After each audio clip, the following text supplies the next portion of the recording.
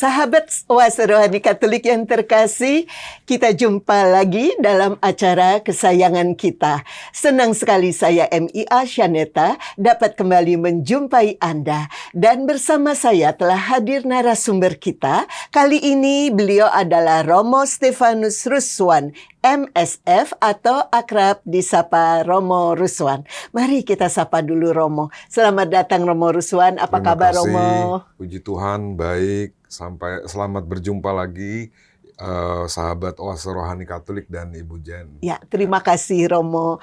Kita segera mulai ya Romo. Baik. Sahabat Oase Rohani Katolik yang terkasih, seperti biasanya acara ini akan didahului dengan doa yang akan dipimpin oleh Romo. Silakan Romo. Marilah kita berdoa dalam nama Bapa dan Putra dan Roh Kudus. Amin. Ya Allah, dengan sukacita kami masuk dan merayakan masa Prapaskah ini. Semoga kami yang sedang menyiapkan hati untuk mengenangkan misteri Paskah digembirakan oleh daya rohani, daya sabdamu, sehingga kami semakin dekat denganmu. Kami semakin menyerupai Putramu Yesus Kristus, karena dialah yang hidup dan berkuasa bersama Dikau dan Roh Kudus kini dan sepanjang segala masa. Amin. Amin. Dalam nama Bapa dan Putra dan Roh Kudus. Amin. Amin. Kami tidak akan berkata lagi, Ya Allah kami, kepada buatan tangan kami. Bacaan dari kitab nubuat Hosea. Beginilah firman Allah. Bertobatlah hai Israel kepada Tuhan Allahmu. Sebab engkau telah tergelincir karena kesalahanmu. Datanglah membawa kata-kata penyesalan dan bertobatlah kepada Tuhan. Berserulah kepadanya, ampunilah segala kesalahan sehingga kami mendapat yang baik. Maka kami akan mempersembahkan pengakuan kami. Asyur tidak dapat menyelamatkan kami. Kami tidak mau mengendarai kuda, dan kami tidak akan berkata lagi, Ya Allah kami, kepada buatan tangan kami, karena Engkau menyayangi anak yatim. Beginilah firman Tuhan. Aku akan memulihkan mereka dari penyelewengan. Aku akan mengasihi mereka dengan sukarela, sebab murkaku telah surut daripada mereka. Aku akan menjadi seperti embun bagi Israel, maka ia akan berbunga seperti bunga bakung dan akan menjulurkan akar-akarnya seperti pohon hawar. Ranting-rantingnya akan merambak, semaraknya akan seperti pohon zaitun dan berbau harum seperti yang di Libanon. Mereka akan kembali dan diam dalam naunganku, mereka akan tumbuh seperti gandum. Mereka akan berkembang seperti pohon anggur yang termasyur seperti anggur Libanon. Efraim, apakah lagi sangkut pautku dengan berhala-hala? Akulah yang menjawab dan memperhatikan engkau. Aku ini seperti pohon sanobar yang menghijau, dan padaku engkau mendapat buah. Siapa yang bijaksana, biarlah ia memahami semuanya ini. Siapa yang budiman, biarlah ia mengetahuinya. Sebab jalan-jalan Tuhan adalah lurus, dan orang benar menempuhnya. Tetapi pemberontak tergelincir di situ. Demikianlah sabda Tuhan. Syukur kepada Allah. Mazmur tanggapan. Akulah Tuhan Allahmu, dengarkanlah suaraku. Akulah Tuhan Allahmu, dengarkanlah suaraku. Aku mendengar bahasa yang tidak kukenal. Akulah yang telah mengangkat beban dari bahumu dan membebaskan tanganmu dari keranjang pikulan. Dalam kesesakan engkau berseru, maka aku meluputkan engkau. Akulah Tuhan Allahmu, dengarkanlah suaraku. Aku menjawab engkau dengan bersembunyi di balik badai. Aku telah menguji engkau dekat Meribah. Dengarlah hai umatku, aku hendak memberi peringatan kepadamu. Hai Israel, kiranya engkau mau mendengarkan aku. Akulah Tuhan Allahmu, dengarkanlah suaraku. Janganlah ada di antaramu Allah lain, dan janganlah engkau menyembah orang asing. Akulah Tuhan Allahmu yang menuntun engkau keluar dari tanah Mesir. Akulah Tuhan Allahmu, dengarkanlah suaraku. Sekiranya umatku mendengarkan aku, sekiranya Israel hidup menurut jalan yang kutunjukkan, umatku akan kuberi makan gandum yang terbaik dengan madu dari gunung batu. Aku akan mengenyangkannya. Akulah Tuhan Allahmu, dengarkanlah suaraku. Sahabat Oase Rohani Katolik yang terkasih, mari sekarang kita siapkan batin kita untuk mendengarkan Injil. Terpujilah Kristus Tuhan, Raja mulia dan kekal. Terpujilah Kristus Tuhan, Raja mulia dan kekal. Bertobatlah sabda Tuhan, sebab kerajaan surga sudah dekat. Terpujilah Kristus Tuhan, Raja mulia dan kekal. Tuhan bersamamu Dan bersama rohmu. Inilah Injil suci menurut Markus. Dimuliakanlah Tuhan. Sekali peristiwa datanglah seorang ahli Taurat kepada Yesus dan bertanya kepadanya, perintah manakah yang paling utama? Jawab Yesus, perintah yang paling utama ialah, dengarlah hai orang Israel, Tuhan Allah kita itu Tuhan yang esa. Kasihilah Tuhan Allahmu dengan segenap hati, dengan segenap jiwa, dengan segenap akal budi, dan dengan segenap kekuatanmu. Dan perintah yang kedua ialah, kasihilah sesamamu manusia seperti dirimu sendiri. Tidak ada perintah lain yang lebih utama daripada kedua perintah itu. Berkatalah ahli Taurat itu kepada Yesus, Guru, tepat sekali apa yang kau katakan bahwa Dia itu Esa dan bahwa tidak ada Allah lain kecuali Dia. Memang mengasihi Dia dengan segenap hati, dengan segenap pengertian, dan dengan segenap kekuatan, serta mengasihi sesama manusia seperti diri sendiri, jauh lebih utama daripada semua kurban bakaran dan persembahan. Yesus melihat betapa bijaksana jawaban orang itu, maka ia berkata kepadanya, engkau tak jauh dari kerajaan Allah, dan tak seorang pun berani lagi menanyakan sesuatu kepada Yesus. Demikianlah sabda Tuhan. Syukur pada pada Allah. Allah. Sahabat Oase Rohani Katolik yang terkasih, mari segera kita mulai perbincangan kita tentang topik hari ini. Ya, Romo Ruswan, pada kesempatan kali ini hal-hal penting dan menarik apa yang rasanya perlu untuk disampaikan? Ya.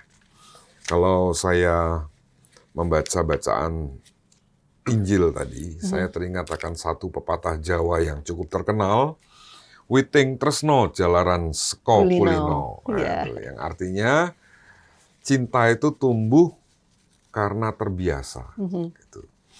Dan hari ini kita juga mendengarkan perintah kasihilah atau cintailah Tuhan Allahmu, cintailah sesamamu. Yeah. Dan memang mencintai Tuhan, mencintai sesama, hidup dalam kasih, itu juga perlu ketekunan, perlu konsistensi, perlu evaluasi, refleksi, dan aksi lagi. Begitu lagi evaluasi, refleksi, aksi lagi. Sehingga tidak serta-merta begitu saja, karena namanya cinta dan kasih itu selalu bertumbuh. Dan kita memang berjuang untuk menuju pada kesalehan, pada hidup iman yang baik itu ada dinamika. Kadang-kadang orang, udahlah, saya sih dari dulu orang berdosa, udahlah nggak usah pakai bertobat, udahlah nggak usah pakai total dalam beriman gitu ya. Padahal namanya beriman sama seperti hidup di dunia sehari-hari, dalam usaha, dalam meraih cita-cita, perlu konsistensi, perlu ketekunan, ya sama. Mencintai, mengasihi itu juga perlu ketekunan. Dan ini sebenarnya ayat yang terkenal buat orang Israel itu sangat sangat sangat penting. Bahkan ini namanya Sema Israel, dengarkanlah hai Israel itu ya. Itu seperti sesuatu yang sangat penting sehingga didengungkan setiap hari, mungkin pagi dan sore ya. Dan juga ditulis di mana-mana itu. Itu mau menunjukkan bahwa kita terus-menerus harus mengingat itu. Ya, kita terus-menerus harus secara konsisten, harus secara tekun itu, mengulangi lagi, melihat lagi, mengulangi lagi, karena itulah hidup beriman ya. Dan yang menarik itu kalau kasih kepada Tuhan dan sesama itu menjadi lebih baik, menjadi lebih lebih ideal kalau ini menjadi passion. Passion itu kan kecintaan ya. Passion itu kecintaan. Kita masing-masing punya passionnya masing-masing ya. Misalnya passionnya bermusik, passionnya dalam usaha dagang, atau passionnya dalam bidang yang tertentu. Nah, kalau sudah kecintaan itu banyak hal bisa dikorbankan untuk menghayati passionnya, untuk menghayati kecintaannya. Maka supaya kita bisa melaksanakan perintah ini, maka ya butuh totalitas dalam menghayati passion iman kita ini. Ya Romo, kalau dalam kehidupan itu kan kita lihat ya, orang pasti secara otomatis tiap hari pasti melakukan dengan konsisten kebutuhan jasmani. Nah, di sini yang kita bicarakan, yang Romo tadi baru berikan keterangan adalah tidak cukup kan kehidupan. Kalau kehidupan jasmani itu bisa dilakukan dengan passion ya, karena memang kebutuhan. Sebetulnya ada yang penting ya Romo, dari sini menjalankan iman itu juga harus dengan passion, begitu ya? Dengan passion. Ya. Bisa kita paralelkan, bisa kita sejajarkan dengan passion. Ya sama seperti kebutuhan sehari-hari. Misalnya kalau orang sudah konsisten ya, misalnya katakanlah mandi. Mungkin dulu kita dipaksa-paksa waktu masih kecil, ayo mandi udah sore, ayo. Tapi kalau kita sudah dewasa kan sadar sendiri ya nggak mandi. Demikian juga dengan doa, demikian juga dengan beramal, demikian juga dengan saya tadi salah ngomong nih sama orang ini, itu kan ya. Lalu saya bisa minta maaf nih sama orang ini karena saya salah. Saat kita merasa bersalah, saat kita merasa nggak enak, saat itulah kita ya sama seperti tadi kebutuhan fisik tadi ya. Saya belum berdoa hari ini. Kayaknya kok udah ngantuk, tapi cobalah ya udahlah, mungkin Salah Maria 10 kali kalau biasanya Rosario, ini tadi udah kerjaan udah banyak, seperti itu. Saya rasa saat itulah kita bisa mengaplikasikan cinta Allah pada sesama yang sudah konsisten itu sampai nggak kalah sama rasa malas, sama rasa bosan, sama rasa ngantuk. Nah, ini beda jauh ya Romo, berarti dengan orang yang asal menjalankan agamanya. Jadi lebih ke ritualnya, minggu ke gereja, tapi dia jalankan mungkin ya kalau malam doa tapi asal-asalan. Dengan mereka yang kayak Romo tadi, apakah ini yang Romo maksud dengan menjalankan iman itu perlu dengan ketekunan, itu yang masuk. Dan juga saya menangkap ada kata penting yang tadi Romo katakan, selain tekun lalu melakukan aksi, terus ada kata penting refleksi, evaluasi, itu tetap perlu dilakukan dalam kehidupan beriman ya Romo. Bukan hanya perlu, kita butuh itu. Butuh itu. Kalau kita perhatikan dalam doa-doa malam, doa-doa malam entah dari puji syukur atau bahkan dulu di Mada Bakti atau buku-buku malam lain yang resmi keluaran dari Gereja Katolik, selalu ada saat hening. Iya. Saat hening itu kadang-kadang orang yang nggak tahu maksudnya mungkin cuma 5 detik lanjut lagi. Padahal itu waktunya refleksi, itu ruang. Aku hari ini sudah mengasihi Allah dan aplikasinya apa? Aku hari ini sudah mengasihi sesama belum? Atau jangan-jangan hari ini aku nggak sabar. Jangan-jangan aku hari ini nggak lemah lembut. jangan-jangan aku hari ini nggak rendah hati. Itu kan Iya, itu iya, kan iya. dalam setiap doa malam ada itu Mhm. dari teks-teks doa dalam Iya, gereja Katolik. iya, iya. Maka refleksi itu bukan hanya penting, tapi kita perlu refleksi itu, Iya, ya. iya, iya. Untuk apapun, bahkan untuk semua usaha kita, semua apa yang kita Mhm. buat, kita perlu refleksi. Ini Iya, tujuannya kemana, lalu sasarannya apa, lalu iya, bagaimana saya melakukannya, yang kurang apa, supaya iya, besok bisa iya, lebih, iya, atau selanjutnya bisa lebih baik. Nah, iya.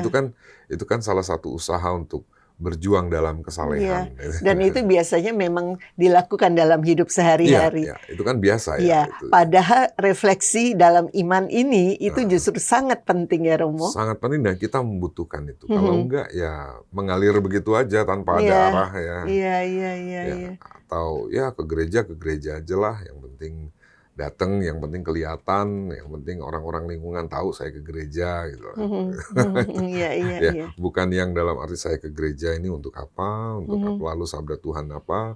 Ya kadang-kadang tidak semua itu sangat mengena, tidak semua itu sangat perfect dalam kehidupan, tapi refleksinya itu mhm, yang harus mhm, kita apa namanya lakukan sebagai sebagai usaha untuk konsisten untuk menjadi lebih baik. mhm. Karena Itu seperti yang Romo katakan itu bukan cuma penting, tapi itu adalah kebutuhan. kebutuhan. Ya. Ya, bagaimana Romo dengan orang yang tidak menyadari itu sebagai satu kebutuhan? Ada filosof yang mengatakan bahwa hidup yang layak dijalani adalah hidup yang direfleksikan. Mhm, Hidup yang tidak direfleksikan adalah hidup yang tidak layak untuk dijalani. begitu Ya. ya Romo? Karena kita harus tahu tujuan kita apa. Kita harus Mhm, tahu kita ini mau jalan kemana. Ya. Dan mhm, untuk itu kan kita harus kadang-kadang berhenti, lihat ini udah bener belum ya jalannya ya. mhm. Jangan-jangan saya salah jalan nih. Iya, iya, iya. Nah, maka kan itu satu kebutuhan buat kita Iya, ya. iya. Kadang-kadang orang kan tanpa sadar berpikir, walaupun jarang, ada yang jarang, tapi Mhm, tanpa sadar orang sering berpikir, hidupku ini arahnya kemana? Hidupku ini mau apa? Hidupku ini sebagai orang beriman sudah dikuasai oleh Tuhan belum? Sebagai mhm, orang Kristiani, hidupku ini sudah dipimpin oleh Kristus belum? Nah, itu kan mhm, penting. mhm, Ya, itu mhm. kan butuh. Bukan hanya Iya, penting, tapi semua butuh. orang butuh. Ya. Iya, iya, iya. Dan memang sudah Hmm, selayaknya orang mulai yang belum nih Romo hmm, maksudnya menyadari bahwa itu bukan cuman penting tapi Iya, butuh butuh. untuk Ya. dilaksanakan Hmm. bukan untuk orang lain ya Ya, Romo, ya. untuk diri Untuk diri sendiri begitu sendiri. ya Ya. Romo. Mhm, Kan ada yang eh, sehari 24 jam isinya itu sibuk terus. Isinya mhm. itu eh, pokoknya nggak ada jeda. Iya. Sehingga dan dia akan kelelahan secara Hmm, mental, karena tidak ada waktu untuk duduk diam, untuk merenungkan apa yang ia lakukan. Itu dalam hidup hmm, sehari-hari, iya. apalagi tentang Tuhan. Ya, Mhm, apalagi mhm, tentang Tuhan yang perlu refleksi yang mendalam.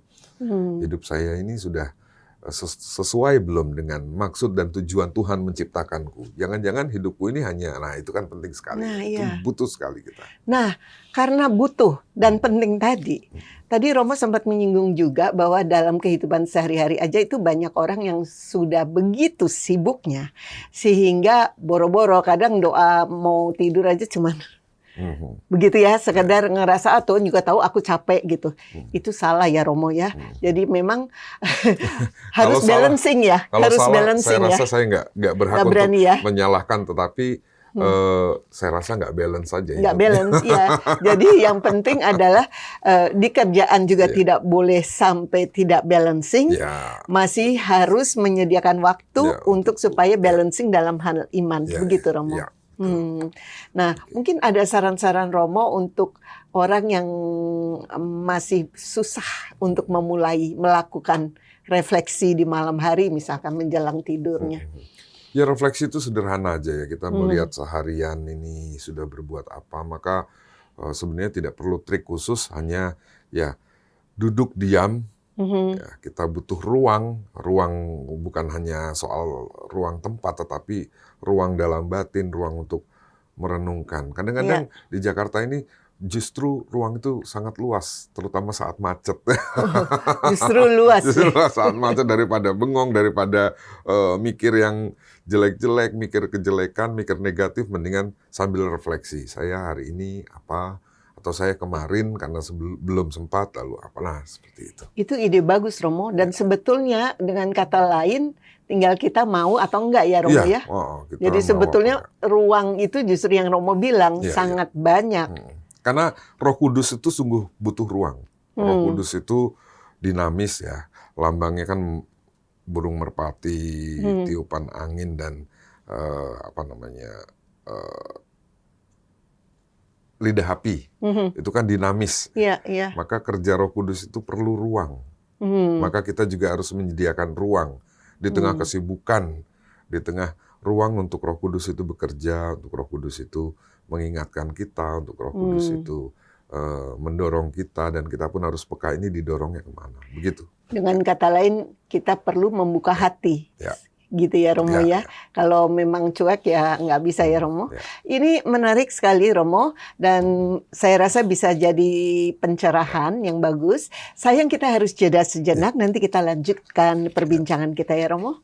Sahabat Oase Rohani Katolik yang terkasih, kami masih akan kembali setelah jeda nanti. Jangan kemana-mana, tetaplah di tempat Anda.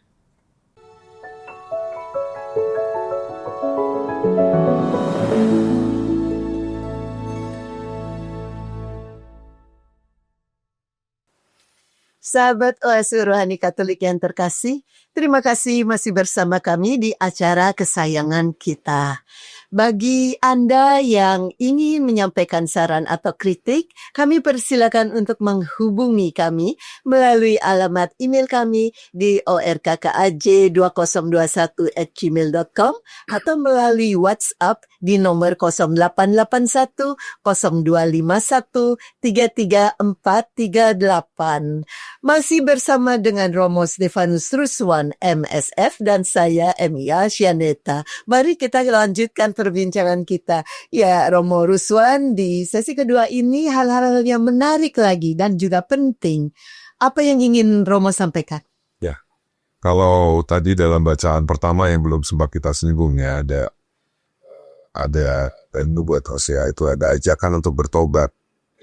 Nah, termasuk pertobatan itu kan juga butuh refleksi ya. Kalau tadi kita bahas juga banyak tentang refleksi, bahwa kita butuh ruang.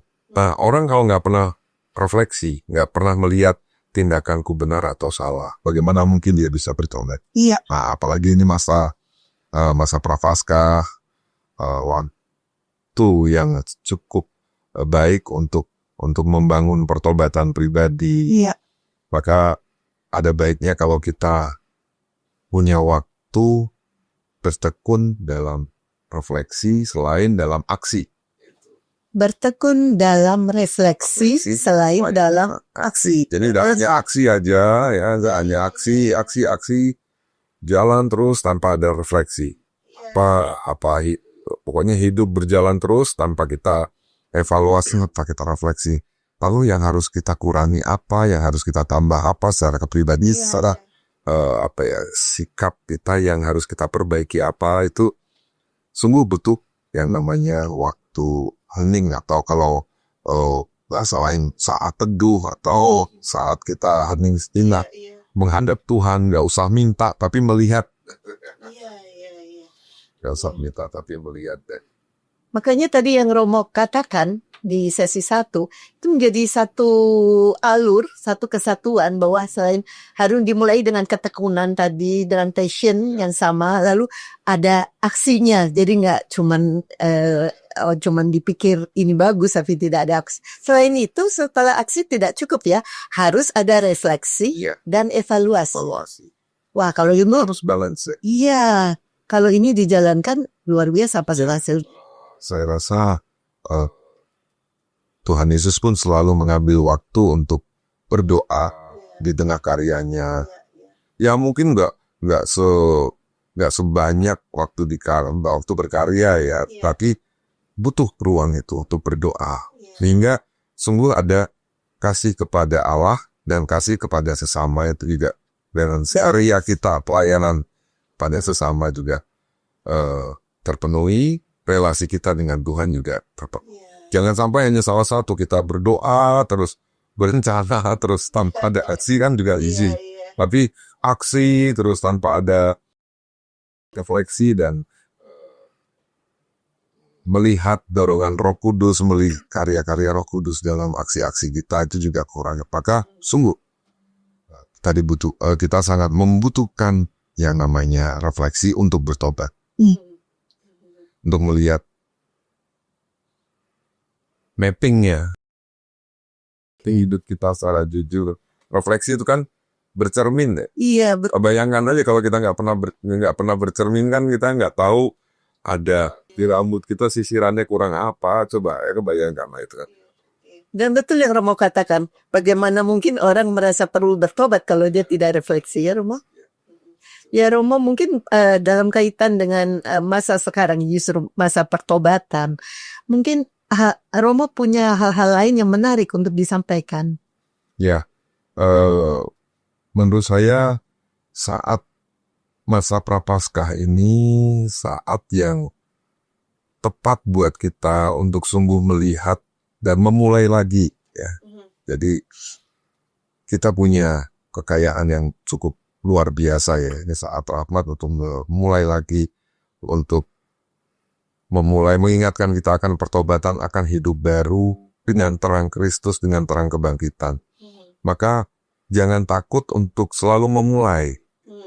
Dan jangan merasa terlambat, udahlah udah terlambat, ketua gini udah banyak dosanya, itu kan. Tapi kesempatan ini setiap hari kita bisa mulai. Setiap saat kita bisa mulai. Sama dengan refleksi, aduh saya ada yang kurang, oke besok saya mulai yang baik. Karena ada orang yang refleksi sekali, aduh saya ada yang kurang, udahlah ini mah gak bisa, gitu kan, ada itu kayak. Tapi namanya pertobatan itu kan terus menerus. Pertobatan katanya udah tobat, kok masih dosa? Padahal pertobatan itu kan terus menerus sepanjang hidup kita. Sepanjang hidup kita bertobat, sepanjang hidup kita memperbaiki diri sepanjang hidup kita, karena hidup kan dinamis juga. Ya. Kata penting adalah tadi refleksi itu sebetulnya justru bagaimana kita bisa memperbaiki diri ya Romo, bukannya malah mundur kan? Ya tadi kalau yang sempat Romo ceritakan tadi ada yang orang yang ya udahlah gitu, itu nggak benar ya Romo ya.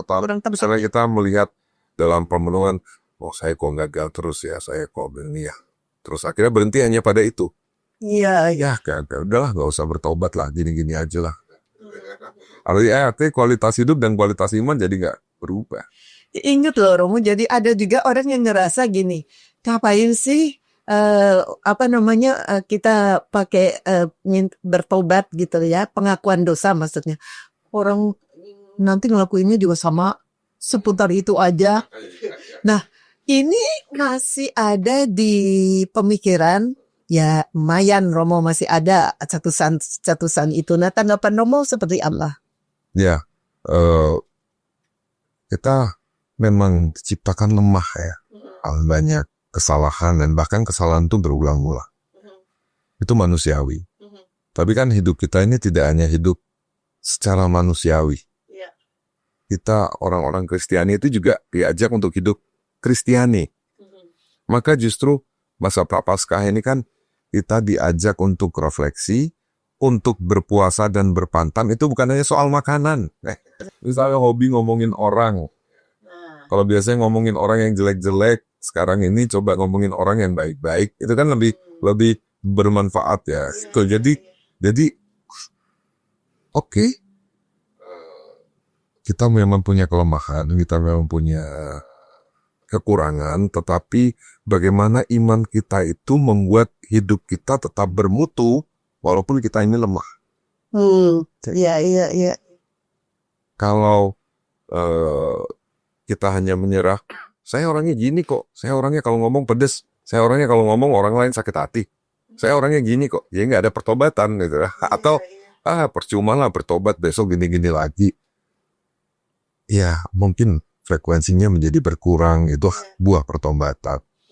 Atau mungkin sama sekali itu rahmat dari Tuhan ya. Bertobat itu bukan hanya karena usaha kita, tapi juga rahmat dari Tuhan.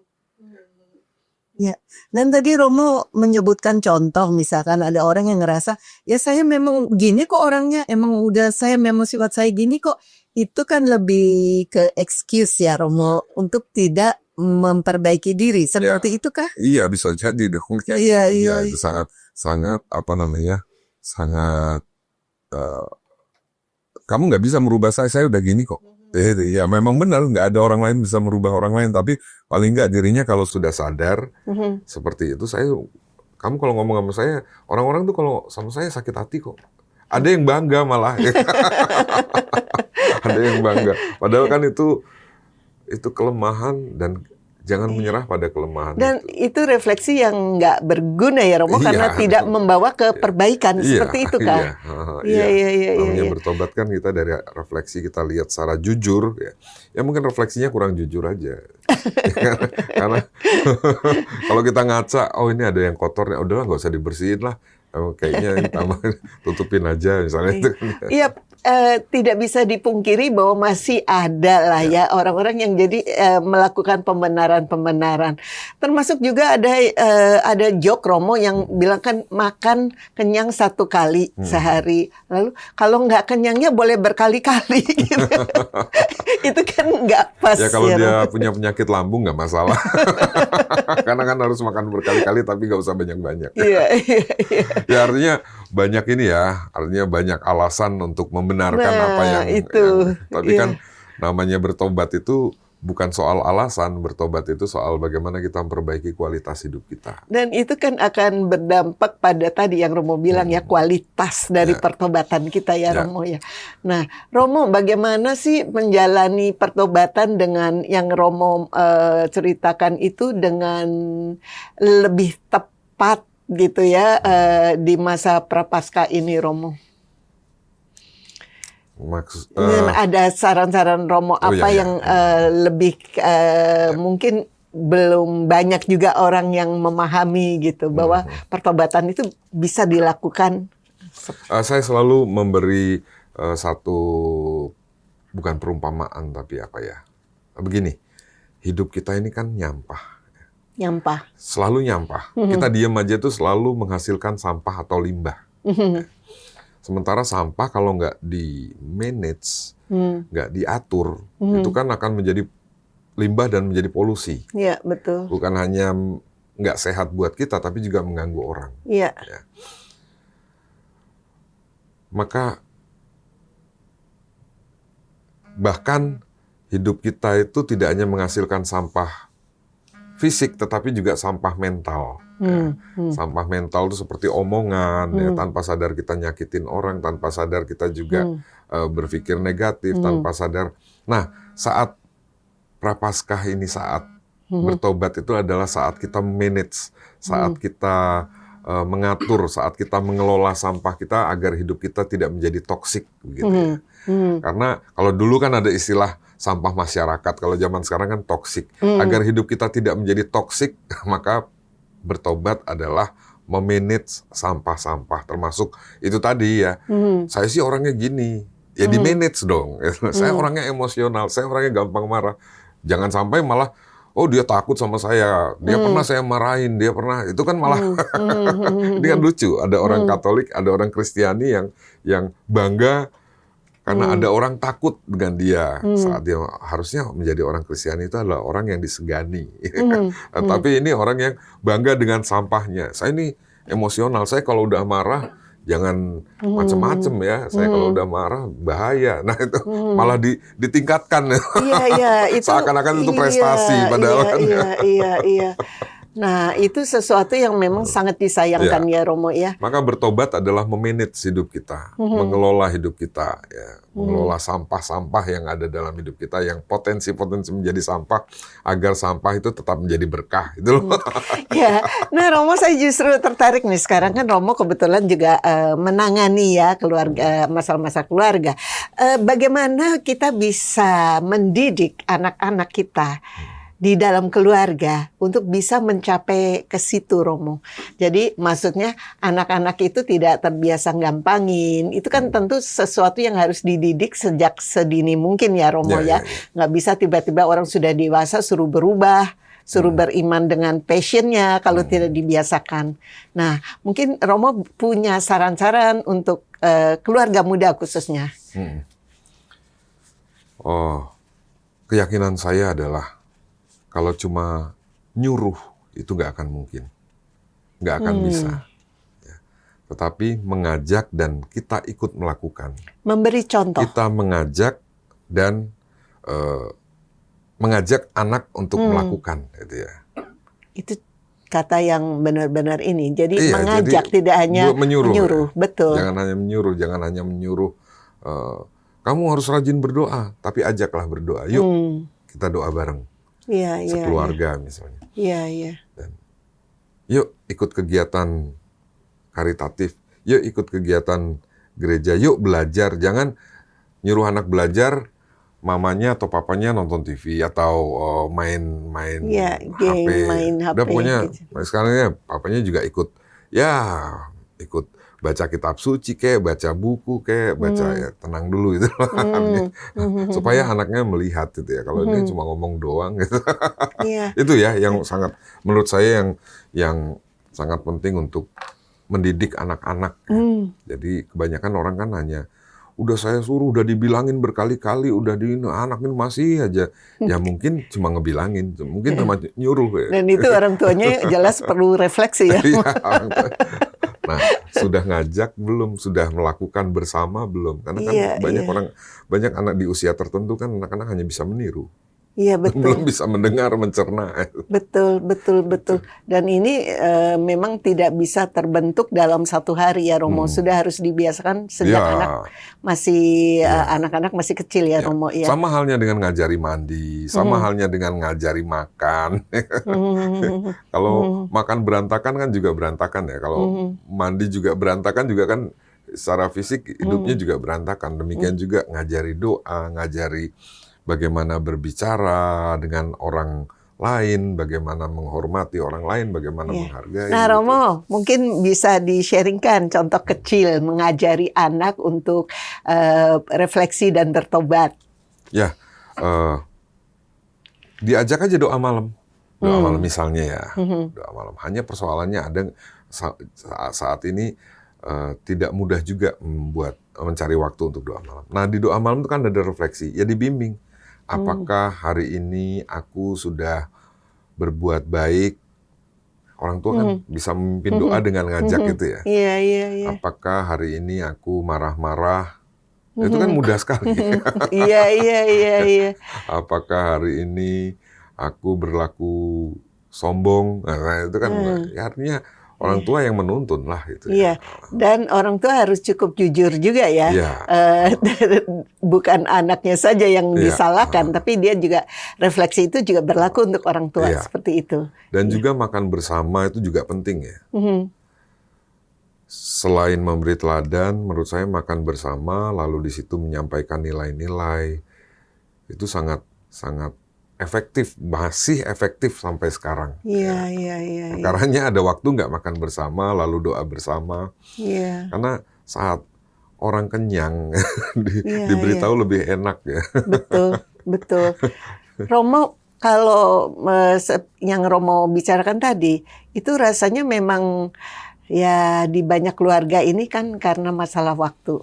Tapi sebetulnya bisa nggak sih Romo kalau bahwa itu sesuatu yang memang harus diusahakan? Ya, sama seperti tadi ya. Ada banyak perintah dalam hukum Taurat. Sampai ada orang nanya kepada Yesus, yang utama yang mana nih dari banyak perintah. Nah, ada banyak kegiatan, ada banyak acara, ada banyak kesibukan. Tapi yang paling utama yang mana? Apakah keluarga menjadi utama? Kalau keluarga menjadi yang utama, maka waktu bukan alasan lagi. Itu tinggal manajemen waktu aja. Jadi prioritas. Ya kalau kita nggak tertarik kan, yuk kita jalan, nggak ada waktu. Kita nggak tertarik. Tapi kalau kita tertarik, oh ya nanti saya carikan waktu ya. Atau saya cari waktu ini nih. Ini bisa nggak? Itu kan sama. Kalau keluarga menjadi prioritas, doa bersama atau makan bersama keluarga selalu ada Iya, waktu. iya, iya, iya. Dicarikan waktunya, bukan Iya, hanya nggak ada waktu. Tapi iya. ya. Saya jadi teringat Romo, saya ada mengenal keluarga yang di bulan misalkan bulan Maria, di bulan mereka secara khusus bikin kesepakatan bahwa habis makan malam mereka akan doa bersama, rosari Ya. bersama. Itu sebetulnya sesuatu yang bagus ya untuk Ya sangat dijadikan. bagus sekali Iya. dan ideal sekali. Dan itu sebetulnya bisa kalau mau ya Bisa, Romo. ya bisa kalau mau ya. Kalau passionnya itu ya bisa, saya rasa. Iya, Kembali tadi kata passion tadi ya. betul. Dan Tinggal itu passion. sebetulnya bukan cuman penting ya Romo, yang Romo bilang tadi butuh ya, Ya kita kebutuhan. perlu ya, Iya, perlu iya, untuk iya, itu. iya, iya. Mungkin ada saran-saran lain yang Romo bisa sampaikan terkait dengan bagaimana keluarga ini bisa menjalani masa Prapaskah ini dengan lebih baik. Ya, waktu adalah kesempatan ya, dan banyak waktu yang diberikan oleh gereja, diberikan oleh Tuhan lewat gereja itu untuk membangun diri sendiri, membangun komunitas, termasuk komunitas dalam keluarga untuk menjadi lebih baik. Maka manfaatkanlah dan mari kita sama-sama bertobat, bukan hanya nyuruh bertobat, tetapi bertobat bareng sebagai keluarga, bertobat bareng sebagai pribadi, bertobat bareng sebagai gereja untuk semakin mengasihi Allah dan sesama, dan hidup kita menjadi lebih berkualitas, hidup kita menjadi lebih bisa menjadi berkat. Romo, kalau di gereja-gereja biasanya ada pertobatan-pertobatan yang rasanya lebih khusus secara komunitas, itu ada Romo? Gimana maksudnya? Jadi ada pertobatan yang lebih ditujukan secara komunitas. Saya rasa ada APP atau pertemuan APP itu Oh juga ya, kan selain satu. APP itu, jadi APP itu memang bagian yang penting salah iya. satu ya, karena itu secara bersama-sama ya Romo ya. Ya itu saya rasa itu udah lebih dari cukup. Oh iya, Udah iya. lebih dari cukup Karena itu untuk diadakan berefleksi. juga di Di lingkungan-lingkungan lingkungan, ya di Romo. kelompok-kelompok kategorial, bahkan juga di keluarga bisa di. Ya Romo, sekarang satu lagi, kalau dalam menyiapkan diri dalam masa Prapaskah ini, ya, sebaiknya apa sih yang khusus dilakukan di dalam keluarga selain tadi untuk diri sendiri ya, tapi tadi Romo memberikan contoh yang baik ya, bahwa bukan cuman kita pantang puasa, tapi melakukan suatu pertobatan gitu. Nah, kalau di lingkup keluarga sekarang tadi, dan di bagaimana kita bisa berdampak, menghasilkan dampak yang baik bagi lingkungan kita di luar APP ya, maksud Romo, di luar masyarakat, di masyarakat yang umum, apa yang sebaiknya bisa kita lakukan, Romo? Ya, saya rasa membangun kesepakatan-kesepakatan dalam keluarga terkait hal-hal yang baik itu sangat penting ya, dan itu butuh waktu, butuh tempat juga, misalnya dalam kebersamaan dalam keluarga. Di situ ada penanaman nilai dan kesepakatan, yuk hari ini kita, atau yuk kita berbuat bersama yang baik, misalnya mengelola sampah keluarga, sampah rumah tangga, atau yuk kita menghemat ini, kita dedikasikan misalnya lampu tidur kita matikan, kita puasa tidur nggak pakai lampu, itu kesepakatan keluarga itu yang penting ya. Dan itu juga bentuk dari pertobatan ya Romo ya. Pasti. Luar biasa. Sebetulnya sangat banyak yang bisa dilakukan ya Romo. Terkait juga dengan kecintaan pada bumi ya Romo. Waduh, sebetulnya sangat banyak, tinggal kita mau menjalankan atau tidak, seperti itu. Betul. Ada hal-hal lain yang ingin Romo sampaikan? Cukup saya rasa. Rasanya cukup ya Romo. Dan ya ini membuka juga wawasan bahwa bertobat itu menjadi suatu yang tidak sekedar ajakan, tapi sesuatu yang sebaiknya memang dilakukan. Ya, dan itu biasanya dilakukan melalui refleksi. Seperti itu ya Romo ya. Ya, baik Romo Ruswan, terima kasih sekali atas semua tadi penjelasannya ya. Kita akan tutup acara ini ya Romo.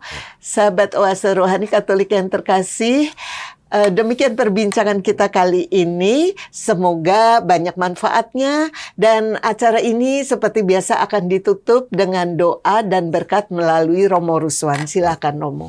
Marilah kita berdoa dalam nama Bapa dan Putra dan Roh Kudus. Amin. Allah yang Maha Kasih, kami amat bersyukur kepadamu atas sabdamu yang mengingatkan kami untuk senantiasa mencintai Engkau, juga mencintai sesama, agar hidup kami menjadi lebih seimbang dan hidup kami menjadi lebih berkualitas dengan pertobatan. Ya Bapa, kami membutuhkan rahmat-Mu untuk bertobat bukan hanya dari usaha kami sendiri, tapi kami sungguh membutuhkan kekuatan dari Engkau sendiri yang sejak awal memiliki rencana untuk menyelamatkan kami.